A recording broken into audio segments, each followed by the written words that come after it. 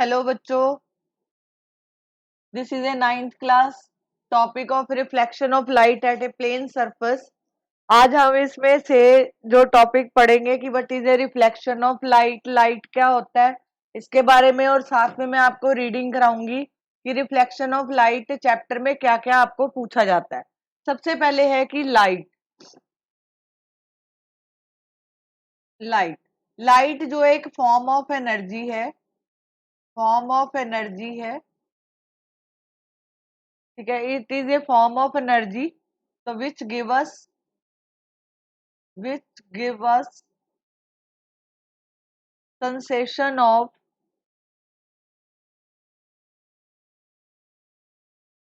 sensation of vision, sensation of vision. तो जब ये लाइट हमारी आंखों में एंटर करती है तो उस वजह से हम जो है चीजों को इजीली देख पाते हैं। वंडरफुल वर्ल्ड का आप एंजॉय कर सकते हो, जैसे रेनबो हो गया, ये इसी लाइट की वजह से है। और लाइट की जो स्पीड होती है 3 × 10⁻⁸ होती है, ठीक है। लाइट जो है एक फॉर्म ऑफ एनर्जी है which give us sensation of vision.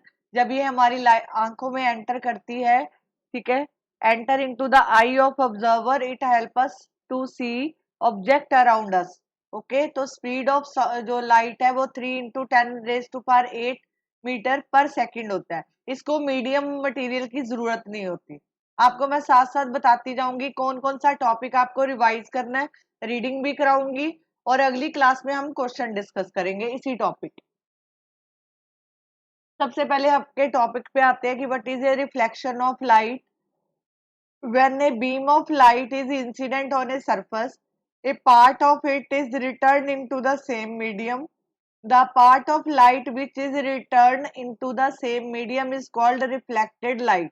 The return of light into the same medium after striking a surface is called reflection. तो उसको रिफ्लेक्शन बोला जाता है।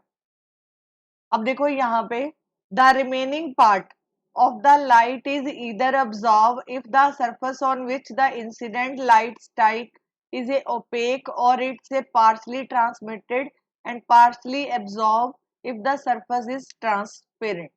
अब देखो इसमें चीजें क्या है मैं आपको बताती हूँ। पहले हमने ये पढ़ा था कि व्हाट इज ए लाइट। अब देखो यहाँ पे पहले रिफ्लेक्शन पढ़ो, रिफ्लेक्शन ऑफ लाइट। अब देखो ये कोई प्लेन सरफेस है, स्मूथ सरफेस है हमारे पास।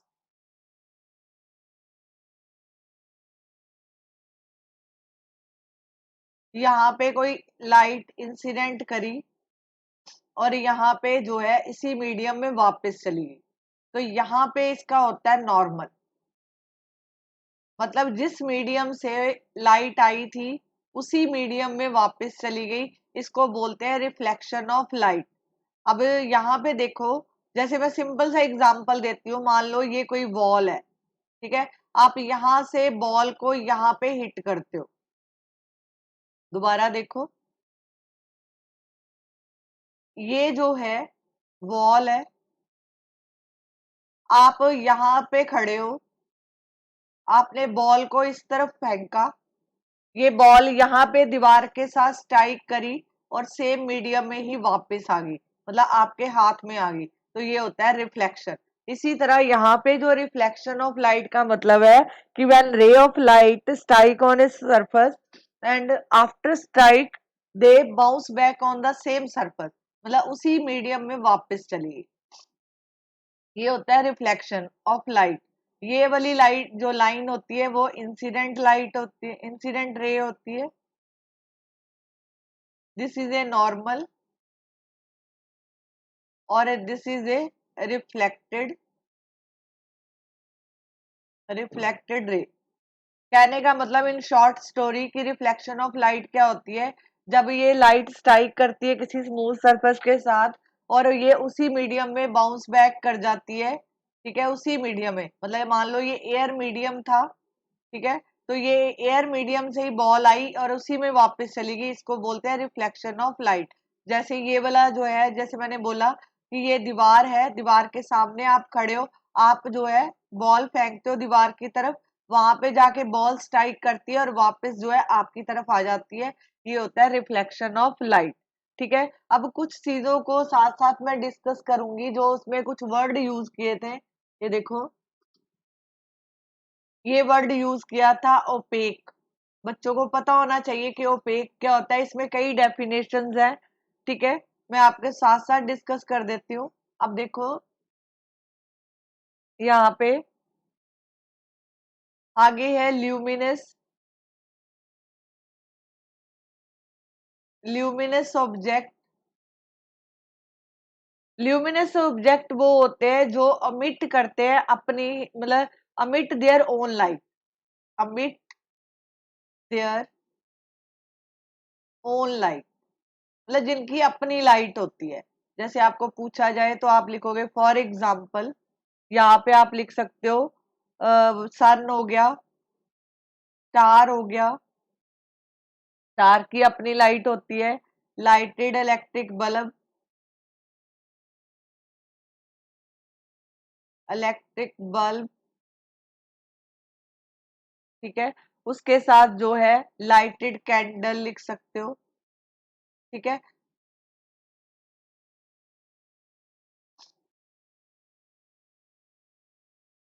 एक्सेट्रा। मतलब आपको पूछा जाए कि what is a luminous object, luminous object वो होते हैं जिनकी अपनी लाइट होती है, जैसे sun, star, lighted electric bulb, lighted candle, ये सारे जो है ल्यूमिनस में आते हैं। एक होते हैं नॉन ल्यूमिनस, ये डेफिनेशन आपको पूछी जा सकती है।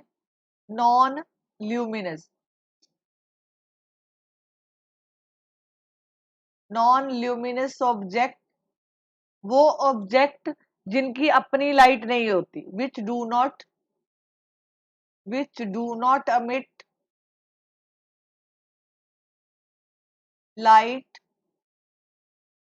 themselves, जिनकी अपनी लाइट नहीं होती, themselves। जैसे फॉर एग्जाम्पल आप लिख सकते हो, इसका एक और मतलब है, ध्यान से सुनो, डेफिनेशन कंप्लीट करा देती हूँ। Which do not emit light themselves but only but only reflect the light, reflect the light which fall on which fall on them are called are called are called non-luminous।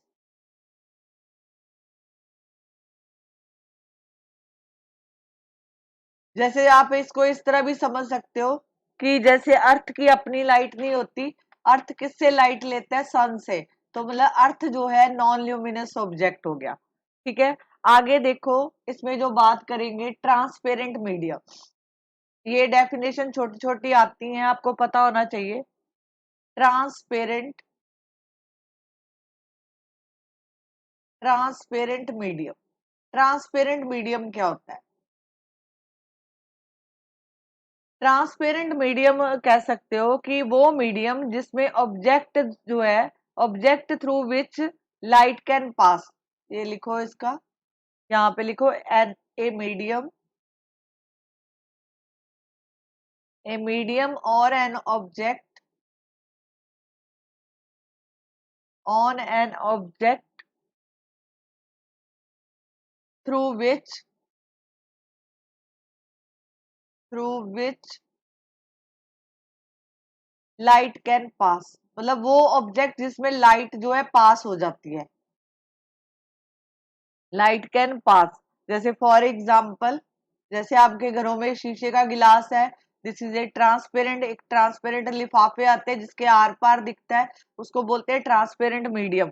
जैसे glass हो गया, water example है transparent की, जैसे air हो गया, vacuum हो गया, etcetera. Okay, this is A transparent medium. Hope so आपको इतना क्लियर है। फिर मैं आपको रीडिंग कराती हूँ जो जो उसमें मेन चीजें हैं। Fourth one is a opaque, क्योंकि आपकी बुक में ओपेक वर्ड आया है, आपको पता होना चाहिए कि ओपेक क्या होता है। ओपेक मीडियम वो मीडियम जिसमें से लाइट पास नहीं होती। ठीक है, ए मीडियम और an object through which light cannot pass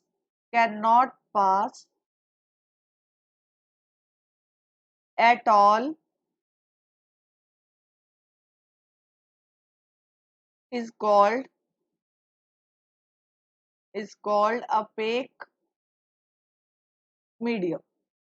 दोबारा सुनो, वो मीडियम जहाँ ऑब्जेक्ट जिसके थ्रू लाइट पास नहीं हो सकती, जैसे दीवार है उसके थ्रू लाइट पास नहीं होती, जैसे वुड हो गया उसके थ्रू लाइट पास नहीं होती, मतलब वुड लिख सकते हो आप, would would, iron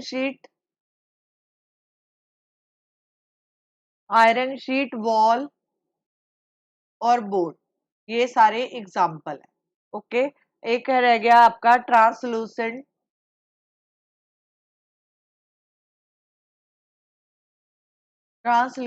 medium.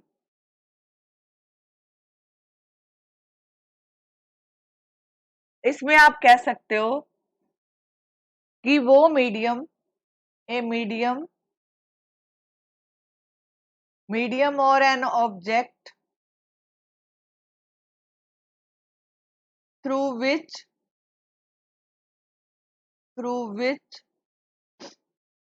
Light can light can pass partially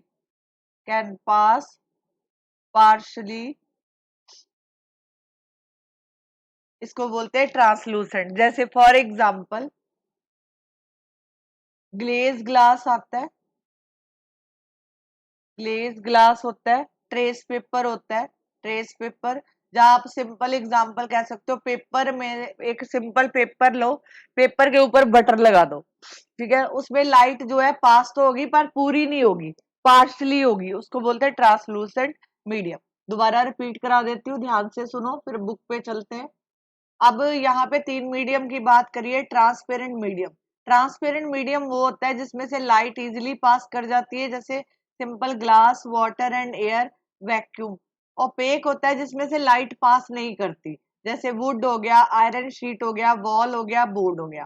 translucent medium होता है जिसमें से लाइट पास तो करती है बट पार्शली पास करती है, उसको बोला जाता है ट्रांसलूसेंट मीडियम। जैसे ग्लेज ग्लास हो गया, ट्रेस पेपर हो गया। अब मैं आपको बुक का दिखाती हूँ, बुक में देखो क्योंकि ये चीजों की जरूरत पड़ेगी। It is the reflection of light which enable us to see the different object around us. अगर रिफ्लेक्शन होगी तभी आप अपने ऑल अराउंड देख पाओगे। An object is seen when light from it enter our eye. जब लाइट हमारी आंखों में एंटर करती है तो वो जो है आप देख पाते हो।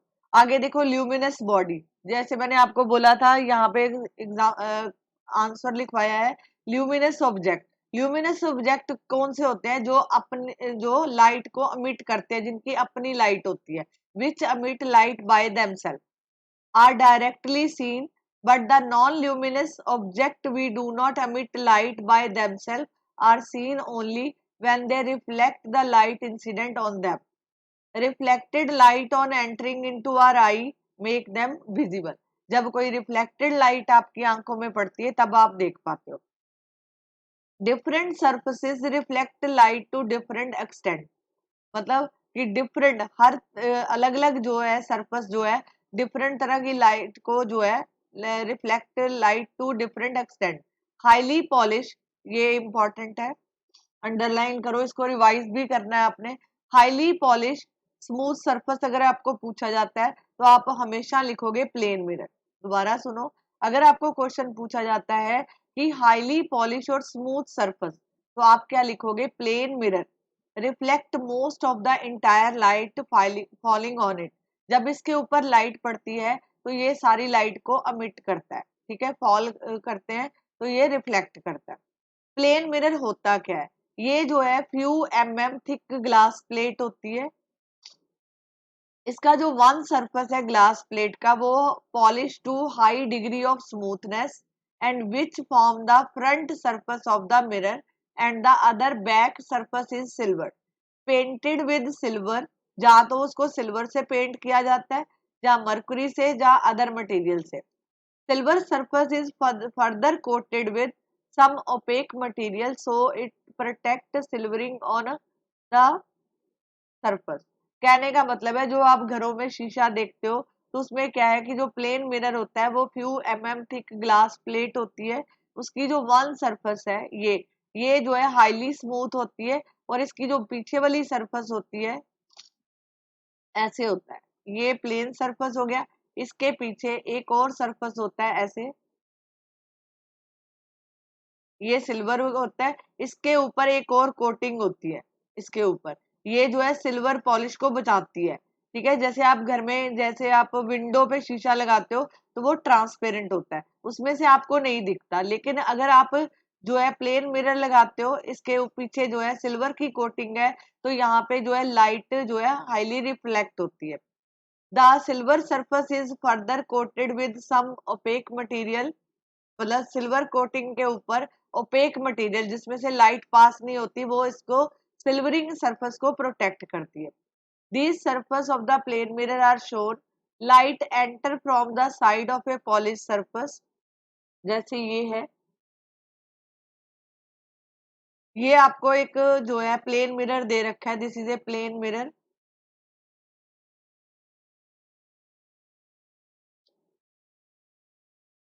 ये इसका जो है ये वाला जो पीछे वाला हिस्सा है ये क्या है, ये क्या है रिफ्लेक्टिंग सरफेस और पॉलिश सरफेस। ये आगे वाला होता है पॉलिश सरफेस, ये देखो पीछे वाला जो है रिफ्लेक्टिंग सरफेस।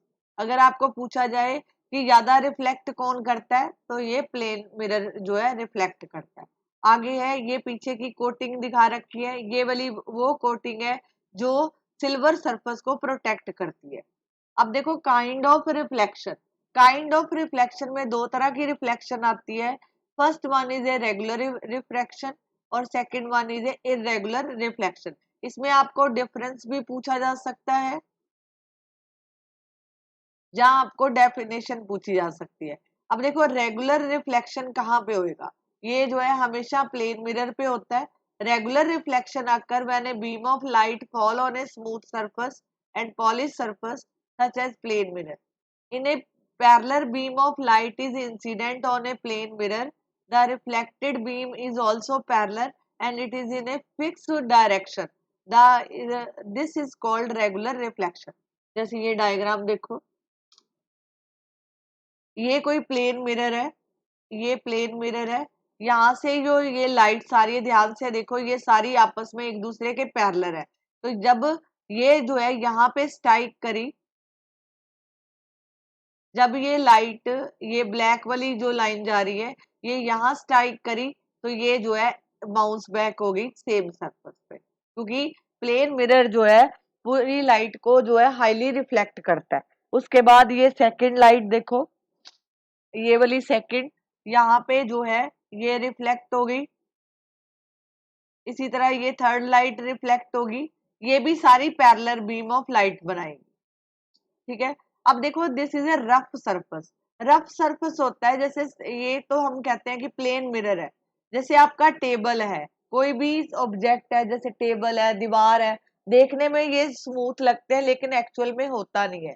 तो होता क्या है, ये है रफ सरफेस। जैसे पेपर है वो भी रफ सरफेस होता है। तो यहाँ पे जब पैरेलल बीम ऑफ लाइट जो है स्ट्राइक करती है तो ये देखो ये वाली लाइट यहाँ स्ट्राइक करी और इस तरफ चली गई। इसी तरह ये वाली लाइट देखो ये जो है रफ सरफेस। जैसे आप सिंपल एग्जांपल ले लो, आपके रूम का एग्जांपल। रूम में कई चीजें पड़ी होती है, ठीक है। तो रूम पे जब लाइट पड़ती है, जैसे आपने बल्ब लगा रखा है तो वो लाइट जब पड़ेंगी डिफरेंट, तो वो डिफरेंट एंगल पे लाइट जो है रिफ्लेक्ट होगी, जिसकी वजह से आप जो है रूम की चीजों को देख पाते हो। तो सारा रूम जो है रफ सरफेस से भरा होता है, जैसे टेबल हो गया, चेयर होगी। तो मतलब ये जो है स्मूथ सरफेस नहीं होते, सिर्फ स्मूथ सरफेस होता है प्लेन मिरर। ये आपको क्वेश्चन पूछा जाता है। तो यहाँ पे most of the light reflect होती है। आगे है आगे है irregular reflection. Irregular reflection occur when a beam of light fall on a rough surface as a wall of the room, page of a book or any other object. The wall of room and page of the book appear to be smooth, but if it is examined under a microscope, it appears quite uneven, having many small projection over it. When light rays strike at a different part of a rough surface, which ray get reflected from different point to the rough surface, obeying the law of reflection of light. Due to uneven surface, the light ray get reflected in a different direction and give rise to the diffuse or irregular reflection. मतलब एक देखो, मैं दोबारा से इसका बताती हूँ, ध्यान से सुनना। इसमें कुछ नहीं है इम्पोर्टेंट, इसमें ज्यादातर ये बोला है कि जैसे आपके रूम में वॉल होती है, आपके पास जो पेपर है, ठीक है, टेबल है, चेयर है, रूम में जो भी चीज पड़ी है, ये सारे जो है डिफ्यूज जो है रिफ्लेक्शन में आते हैं। डिफ्यूज सरफेस होते हैं, मतलब इरेगुलर सरफेस होते हैं। जब आप इसके ऊपर जब लाइट पड़ती है तो ये डिफरेंट एंगल पे रिफ्लेक्ट होती है। मतलब अगर स्मूथ सरफेस है, तो जैसे ये एग्जांपल था, ध्यान से देखो, तो लाइट का जो है इस तरह से होगा। अगर इरेगुलर, आपका रूम का एग्जांपल बेस्ट एग्जांपल है रफ सरफेस के लिए, वहां पे कई चीजें होती हैं, देखने में दीवार और पेपर ये सारे स्मूथ लगते हैं, लेकिन एक्चुअल में होते नहीं है। Is this clear? This is a irregular reflection. Irregular reflection from a rough surface, it is overall light is diffuse. The reflected light now spread over a wide area and it does not follow a particular direction as it in a case of regular reflection. मतलब जैसे regular reflection की जो light है वो एक point पे reflect होती है, लेकिन इसकी जो है डिफरेंट डायरेक्शन में होगी। This is called diffuse reflection या irregular reflection. It is the diffuse light obtained by the reflection from the uneven surface which enable us to see the object around us. अब इसमें और कुछ नहीं है, मतलब मैंने आपको रूम का एग्जांपल दिया है, this is A best example. अब कुछ टर्म को डिस्कस करते हैं। ये देखो, ये आपके पास कोई स्मूथ सरफेस है,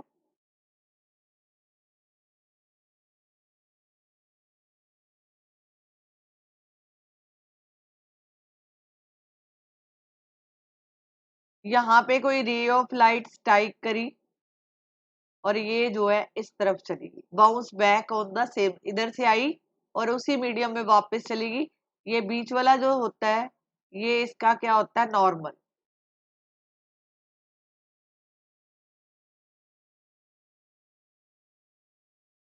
इसको क्या बोलते हैं, नॉर्मल। इसको हमेशा डॉटेड लाइन में रिप्रेजेंट करते हैं,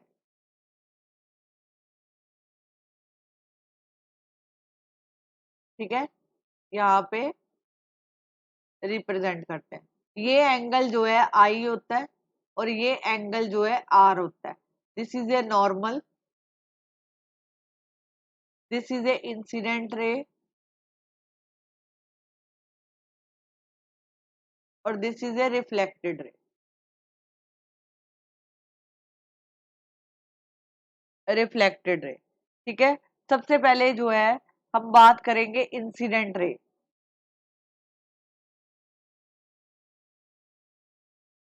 इंसिडेंट रे, इंसिडेंट रे का मतलब है ये वाली line, incident ray. Incident ray मतलब कि कोई लाइट जो है स्ट्राइक करेगी रिफ्लेक्टिंग सरफेस, ये जो आपको दिया हुआ है, इसको जो ये वाली जो रे है, एनी रे ऑफ लाइट, एनी रे of light strike the reflecting surface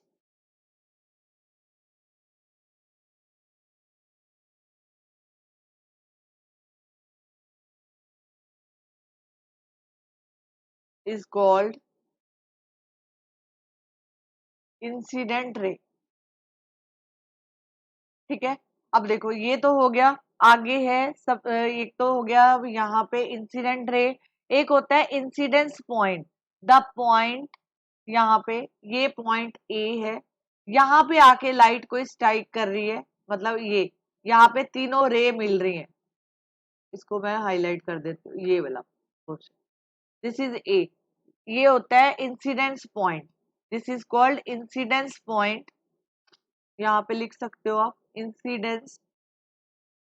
incidence point का मतलब होता है कि the point A on reflecting surface at which incident ray strike is called incident point. ये होता है नॉर्मल। ये वाली बीच वाली लाइन कौन सी है? नॉर्मल की। नॉर्मल होता है कोई लाइट जो है परपेंडिकुलर, ये देखो ये वाली लाइन जो है यहाँ पे एंगल बनाएगी 90 का, इस तरफ भी एंगल बनाएगी 90 का। ठीक है, दोनों तरफ एंगल कौन सा बन रहा है? 90 का। नॉर्मल का मतलब परपेंडिकुलर।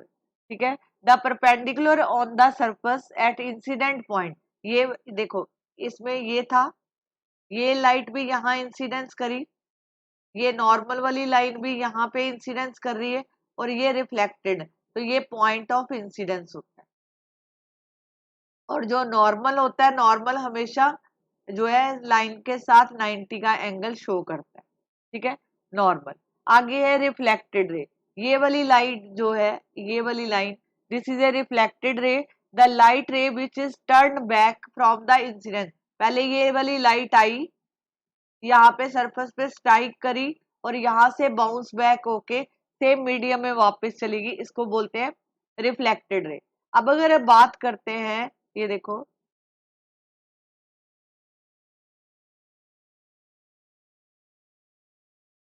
रिफ्लेक्टिंग, अगर आपको पूछा जाता है angle of incidence, angle of incidence कौन सा होता है? एंगल ऑफ इंसिडेंस होता है, ये देखो ये वाला एंगल, मतलब ये वाली लाइन और ये वाला जो एंगल है, ये होता है एंगल ऑफ इंसिडेंस। मतलब एंगल अगर लिखना चाहे, angle between incident ray and normal, जो नॉर्मल और इंसिडेंट के बीच में बनता है, इसको आई से डिनोट किया जाता है, एंगल ऑफ इंसिडेंस। ये होता है angle of reflection, this is called angle of reflection. Angle of, इसको जो है आर से डोनेट किया जाता है।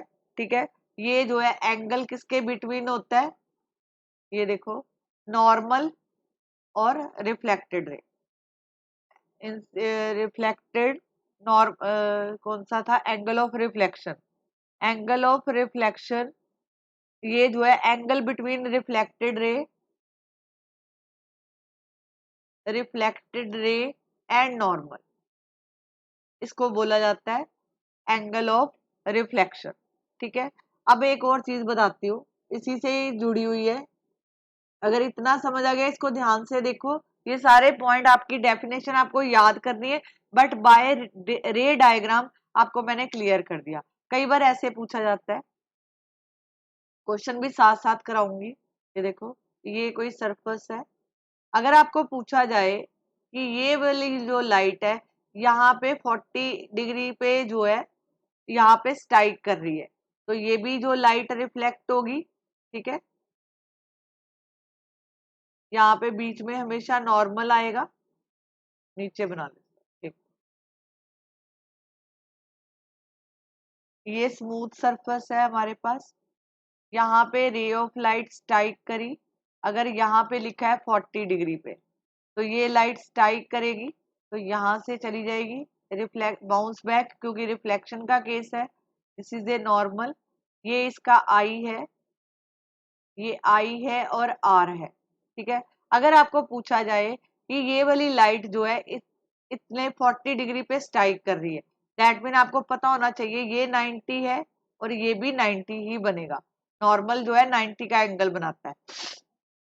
अब देखो यहाँ पे अगर आपको आई निकालना है तो आप कैसे निकालोगे?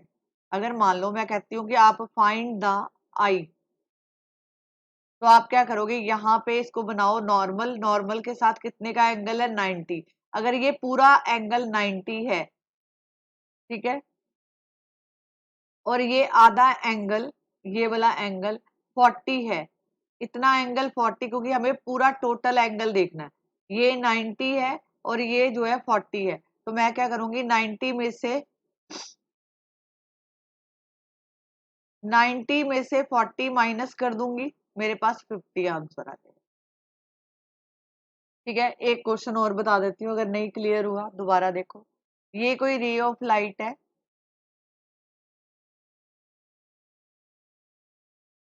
अगर यहाँ पे कोई लाइट 30 पे स्ट्राइक कर रही है,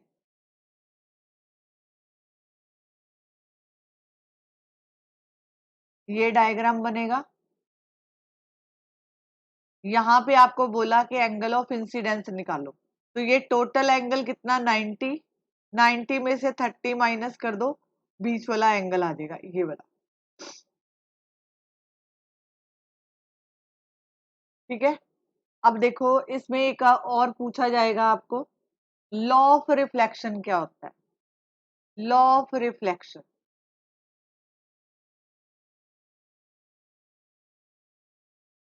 लॉ ऑफ रिफ्लेक्शन ये होता है, ये स्मूथ सरफेस है, यहां से कोई रे ऑफ लाइट आई, ये बाउंस बैक होगी, ये बना इसका नॉर्मल, यहाँ पे आई और ये आर, और ये स्मूथ सरफेस है नीचे। ठीक है, इसमें जो है लॉ ऑफ रिफ्लेक्शन जो है ये कहता है कि आई जो है always equal to r, i always equal to r. For example, अगर मेरे पास आई जो है वो 30 है, तो आपको अगर आर निकालना है तो कैसे निकालोगे? लॉ ऑफ रिफ्लेक्शन का फर्स्ट रूल ये कहता है कि आई जो है इक्वल टू आर है, तो अगर आई 30 है तो आर भी 30 ही होगा। ये दोनों एंगल आपस में इक्वल होते हैं, ये वाले दोनों एंगल आपस में इक्वल होते हैं। फॉर एग्जाम्पल दूसरा देखते हैं, अगर आपको आर दिया है 60, तो आपको पूछा जाता है कि आई फाइंड आउट करो, तो रिफ्लेक्शन का केस है, तो आप ये जो है इसका लॉ ऑफ रिफ्लेक्शन के द्वारा जो है इसको कर सकते हो, ये भी 60 होगा। ठीक है, i always equal to r. दूसरा लॉ इसका ये कहता है, इसमें सिर्फ लॉ ऑफ रिफ्लेक्शन के दो लॉ है। पहला है कि i always equal to r, second law ये कहता है कि ये जो है incident ray, normal ray and reflected ray all lie in a same plane, all lie in a same plane. Second लिखो, यहाँ पे है द इंसिडेंट रे, आपको डायग्राम के थ्रू समझाओगे तो ज्यादा बेटर है। Incident ray, reflected ray and normal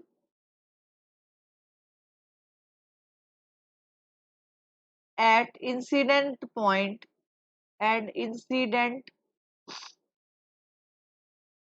point are in a same plane, are in a same plane। तो मतलब अगर आपको पूछा जाए what is a law of reflection, मैं क्वेश्चन भी बता रही हूँ। लॉ ऑफ रिफ्लेक्शन के दो लॉ होते हैं। पहला लॉ है कि one angle i always equal to r, second जो है incident ray, reflected ray and normal at incident point are in a same plane. अगर आपको क्वेश्चन पूछा जाता है कि आई जो है 30 के इक्वल है, तो what is the value of r, तो यू कैन से दैट, अगर रिफ्लेक्शन का केस है तो आप हमेशा बोलोगे कि i always equal to r, तो आर भी 30 होगा। अच्छा, अगर आपको पूछा जाए कि दो सरफेस गिवन है, रेगुलर सरफेस,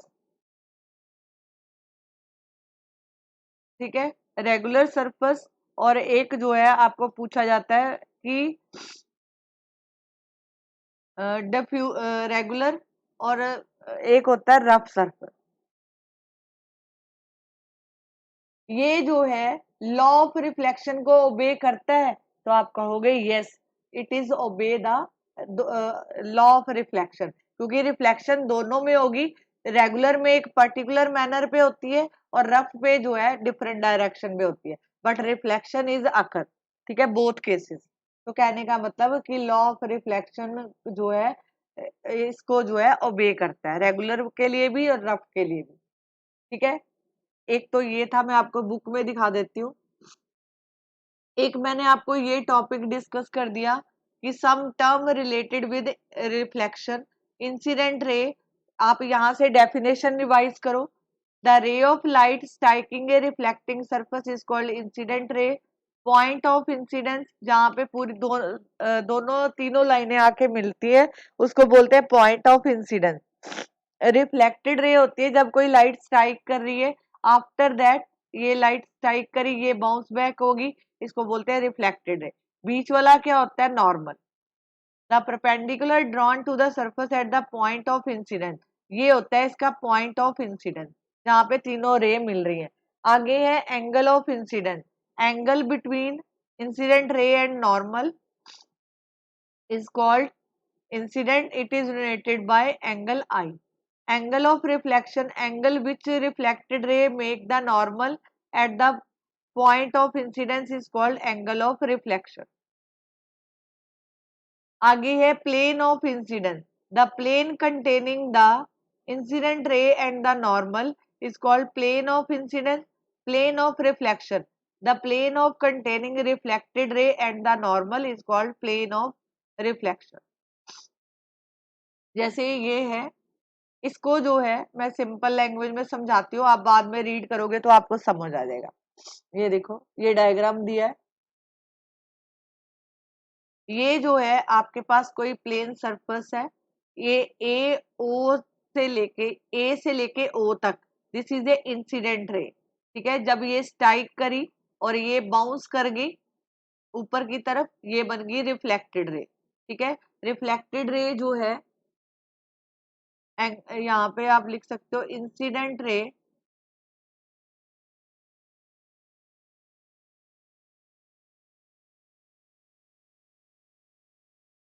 इंसिडेंट रे ओ ए, रिफ्लेक्टेड रे ओ बी, ठीक है। और यहाँ पे एंगल बनाएगा वो आई का, और यहाँ पे r. This line is called normal, ये जो है 90 का एंगल बनाती है, ये वाली लाइन। ये देखो, यहाँ पे O N equal to normal, ठीक है। अब यहाँ पे ये वाला एंगल, ये वाला एंगल और ये वाला एंगल ऑलवेज इक्वल होता है। अगर ये 30 है तो ये भी 30 एंगल होगा।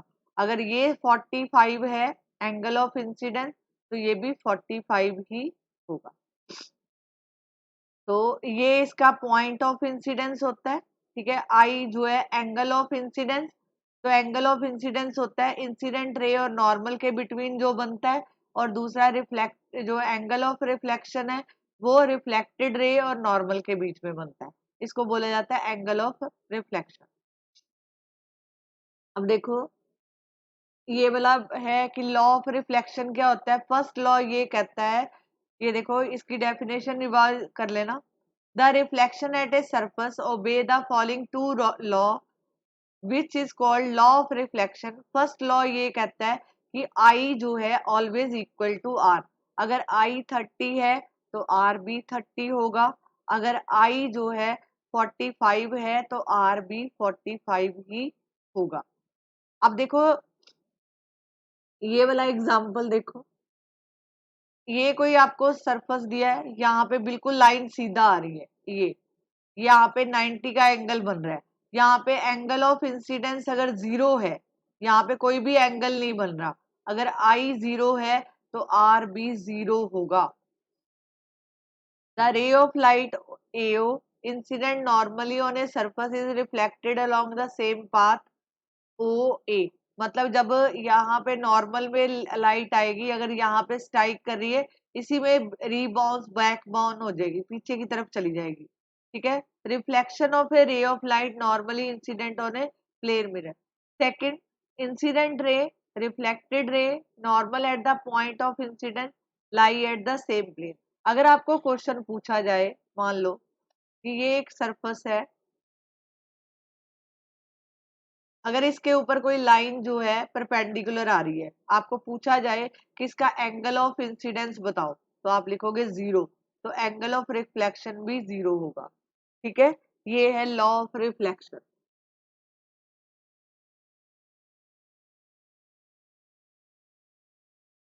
अब देखो, दो तरह के इमेज होते हैं, पूरा याद करने की जरूरत नहीं है, आप सिर्फ इसको रिवाइज करो, इसी से आपको क्लियर हो जाएगा कि what is a real image and virtual image.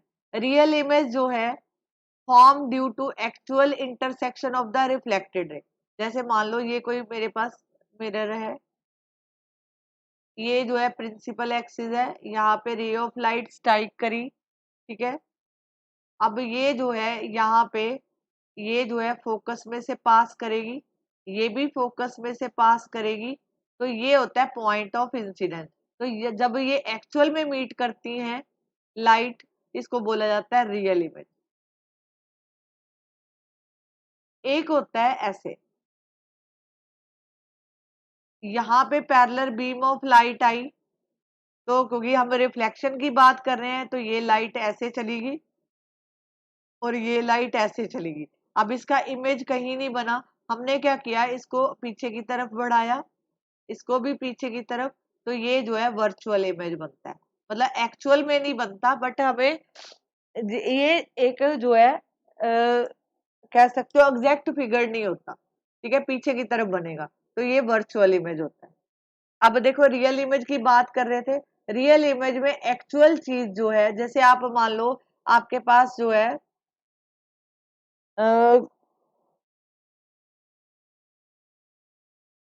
Concave mirror हो, आप सनलाइट को इसके ऊपर कंसंट्रेट कराओ, कनकेव मिरर लेना है, आप उसके ऊपर सनलाइट को कॉन्सेंट्रेट, सारी लाइट जब कॉन्सेंट्रेट करेगी, तो पेपर के ऊपर इसको कॉन्सेंट्रेट कराना, वहां पे पॉइंट साइज इमेज बनेगा, तो मतलब वो रियल इमेज बना। रियल इमेज जो है हमेशा स्क्रीन पे दिखेगा। ठीक है, real image is inverted, inverted का मतलब होता है उल्टा। Real image always form inverted image, उल्टा, इन्वर्टेड मतलब उल्टा। The image of distant object form bye concave mirror, तो ये कनकेव मिरर द्वारा जो है दूर के ऑब्जेक्ट को जो है देखा जा सकता है। इसी तरह virtual, virtual image is a form when the reflected ray meet if they are produce backward. जैसे ये एग्जांपल दिया, हमने इसको पीछे की तरफ बढ़ाया, तब जाके इसका एक्चुअल इमेज फॉर्म हुआ। Virtual image can not be obtain on a screen, इसको कभी भी स्क्रीन पे नहीं देखा जा सकता। वर्चुअल इमेज इरेक्ट, ये वर्चुअल इमेज इरेक्ट होता है, बिल्कुल सीधा होता है with respect to the object. Image of an object form by plane mirror और कन्वेक्स, इसके लिए कन्वेक्स मिरर यूज किया जाता है, और इसके लिए concave mirror. Okay, is this clear? Have any doubt? अभी मैंने आपको बोला है, इसमें जो है सिर्फ आप यही यहाँ तक ही रिवाइज करो। मैं आपको नेक्स्ट वीडियो में इसके क्वेश्चंस के साथ और अगला टॉपिक जो है इसका लेटरल इन्वर्शन और इसके बीच में आपकी दो एक्टिविटीज हैं, उसको डिस्कस करेंगे नेक्स्ट लेक्चर में। अभी आप जो है इस वीडियो को देखो और समझो और अपनी बुक रीडिंग करो, आपको चीजें समझ आएंगी। Thank you for watching.